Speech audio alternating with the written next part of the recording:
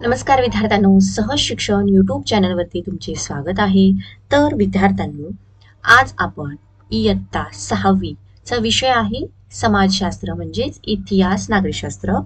तर या विषयाचा संकलित मूल्यमापन परीक्षेचा पेपर म्हणजेच तुमच्या 6माही परीक्षेचा पेपर कशा पद्धतीचा असणार आहे, एकूण किती मार्क्सचा पेपर असणार आहे, कोणते कोणते प्रश्न कशा प्रकारे किती मार्क्सला विचारलेले असणार आहे, मार्किंग सिस्टीम कशी असणार आहे, हे सगळं आजच्या या व्हिडिओमध्ये आपण बघणार आहोत. तर विद्यार्थ्यांनो, तुम्ही चॅनलवरती नवीन असाल तर चॅनलला पटकन सबस्क्राईब करा. व्हिडिओ आवडला तर व्हिडिओला लाईक करा आणि खाली जो बेल आयकॉन दिला आहे बेल आयकॉनवरती बटन प्रेस करा, म्हणजेच इयत्ता 6वीचे इतर विषयाचे पेपर्स जेव्हा मी अपलोड करेन तेव्हा त्याचे तुम्हाला नोटिफिकेशन मिळेल आणि तेही तुम्हाला बघता येतील. तर चला, संकलित मूल्यमापन परीक्षा 1. तर आता याचा अशा पद्धतीचा हा परीक्षेचा फॉर्मॅट असतो. तर हा पेपर, या पेपरसाठी एकूण गुण 40 असणार आहेत. म्हणजे यातला इतिहासासाठी असणार आहेत 24 मार्क आणि भूगोलसाठी असणार आहेत 16 मार्क. तर आपण सध्या बघत आहोत इतिहासचा पेपर. तर इथे तुमचं नाव, तुमचा हजेरी क्रमांक, दिनांक आणि तुमच्या शाळेचे नाव जे काय आहे हे फिलअप करायचं आहे. या सगळ्या फॉर्मॅलिटी झाल्यानंतर आपण चला आता पेपर सोडवायला घेऊयात. तर यामध्ये प्रश्न पहिला रिकाम्या जागा भरा हा प्रश्न आहे 5 मार्कांसाठी.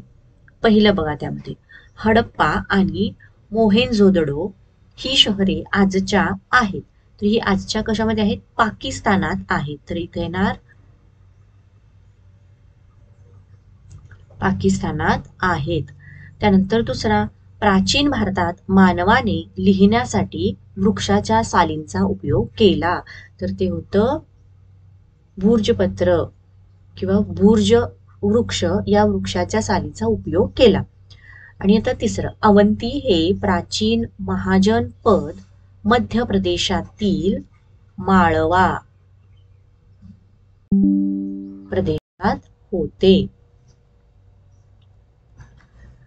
चौथं बघा, माणसातील कलागुणांचा विकास होतो. तर इथं येणार समाजामुळे.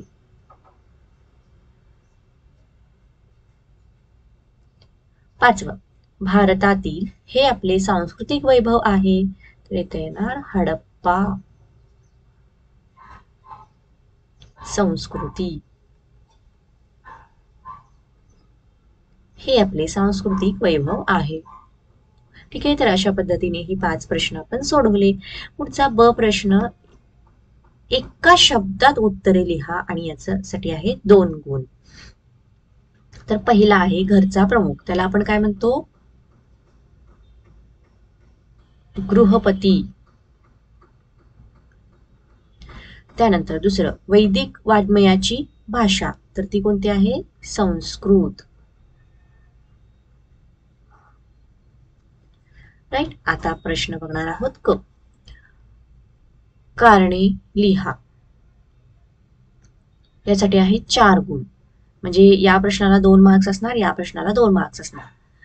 आता इथे बघा, गौतमांना किंवा गौतम बुद्धांना बुद्ध असे म्हटले जाऊ लागले आणि याचं कारण आपल्याला बघायचं आहे. तर या चॅप्टरचा जो स्वाध्याय आहे यामधलाच हा प्रश्न आहे. आपण स्वाध्याय ऑलरेडी सर्व स्वाध्याय अपलोड केलेले आहेत. तर चला आपण बघूयात याचं उत्तर. आणि याचं उत्तर बघा, कारण गौतम बुद्धांना मानवी जीवनाचे संपूर्ण ज्ञान प्राप्त झाले होते म्हणून त्यांना बुद्ध असे म्हटले गेले. हे आहे या प्रश्नाचं उत्तर. जो की हा प्रश्न आहे 5व्या धड्यातील स्वाध्यायामधलाच. त्यानंतर दुसरा प्रश्न, हडप्पा संस्कृतीतील लोक कापड विणत असावे. आता याचं कारण कशावरून समजलं? तर चला मी इथं याचं उत्तर लिहिते.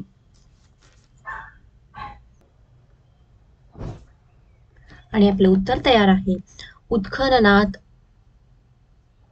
मिळालेले पुतळे, मुद्रांवरील चित्रे आणि कापडाचे अवशेष मिळाले इत्यादी पुराव्यांवरून ते कापड विणत असावेत. आता प्रश्न दुसरा एका वाक्यात उत्तरे लिहा आणि यासाठी आहे 4 गुण. तर मग चला बघूयात. पहिलं, इतिहासाच्या साधनांचे प्रकार लिहा. तर तुम्ही पूर्ण वाक्यात उत्तर लिहायचं आहे. मी तर थोडक्यात इतिहासाचे साधनांचे प्रकार लिहिते. पहिला आहे भौतिक,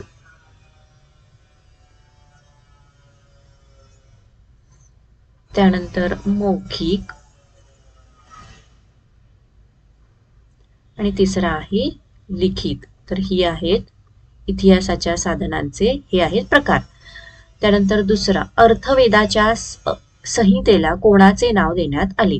तर उत्तर आहे अर्थवेदाच्या संहितेला अथर्व ऋषींचे नाव देण्यात आले. अथर्व ऋषींचे. तुम्ही पूर्ण वाक्यात उत्तर लिहायचं. तिसरा, ख्रिश्चन धर्माचा पवित्र ग्रंथ कोणता? तर तो आहे बायबल.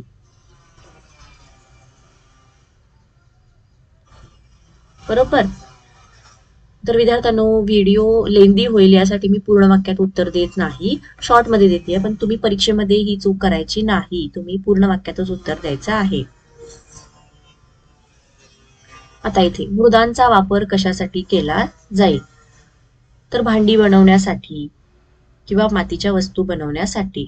ठीक आहे, चला हा प्रश्न आपला पूर्ण झाला. आता आहे पुढचा प्रश्न, टिपा लिहा. आणि यासाठी आहे 2 मार्क्स. तर त्यामध्ये विचारलेलं आहे महास्नानगृह. चला आता टिपा लिहा हा जो प्रश्न आहे हा आहे 3ऱ्या धड्यामधला, हडप्पा संस्कृती या धड्यामधला हा प्रश्न आहे. ठीक आहे, तर याच्यावरची टीप ही पुस्तकामध्ये सुद्धा अगदी व्यवस्थित दिलेली आहे. तर मी इथे तुम्हाला ती लिहून न दाखवता तोंडी सांगते की कशा पद्धतीने याचं उत्तर लिहायचं आहे. तर बघा, महास्नानगृह. मोहेंजडो येथे एक प्रशस्त स्नानगृह सापडले. महास्नानगृहातील स्नानकुंड जवळजवळ 2.5 मीटर खोल होते. त्याची लांबी 12 मीटर आणि त्याची रुंदी 7 मीटर होती. कुंडातील पाणी झिरपू नये म्हणून आतून पक्क्या विटांनी बांधलेले होते. त्यात उतरण्याची व्यवस्था होती. पाणी बदलण्याचीही सोय होती.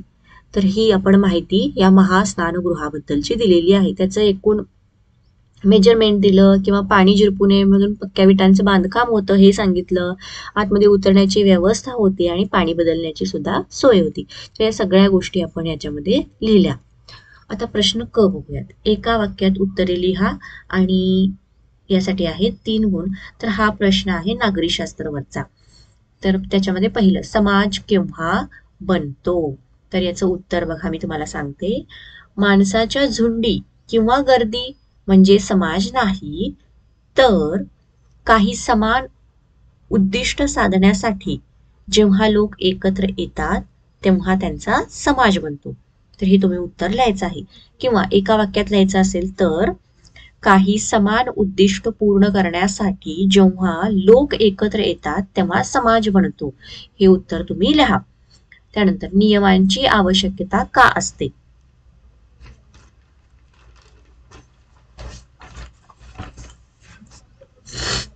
आता नियमांची आवश्यकता का असते याचं उत्तर आहे, समाजाचे व्यवहार सुरळीतपणे चालावेत म्हणून नियमांची आवश्यकता असते. ठीक आहे. तर त्यानंतर तिसरं, ग्रामसभा म्हणजे काय? तर याचं उत्तर सुद्धा ऐका. ग्रामीण भागात किंवा गावात राहणाऱ्या मतदारांची सभा म्हणजेच ग्रामसभा. ठीक आहे. तर तिन्ही प्रश्नांची उत्तरे तुम्हाला समजली असतील. तर आता आपण पुढचा ड प्रश्न बघणार आहोत. थोडक्यात उत्तरे लिहा. आणि याच्यासाठी आहेत 4 गुण. तर त्यामध्ये पहिलं बघा, आपल्याला समाजाची आपल्याला गरज का असते?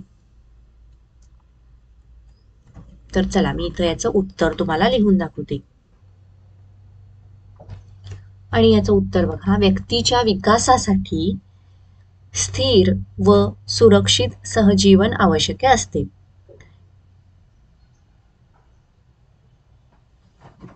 स्थैर्य, सुरक्षितता, विकास तसेच आपल्या भावनिक, मानसिक गरजा पूर्ण करण्यासाठी आपल्याला समाजाची गरज असते. हे आहे याचं उत्तर.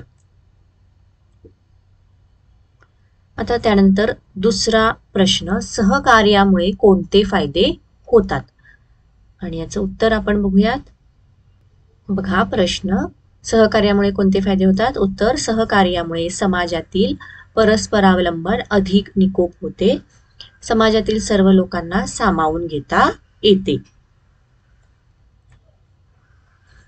तसेच परस्परांच्या अडचणी व प्रश्न सोडवण्यासाठी परस्परांना मदत होते.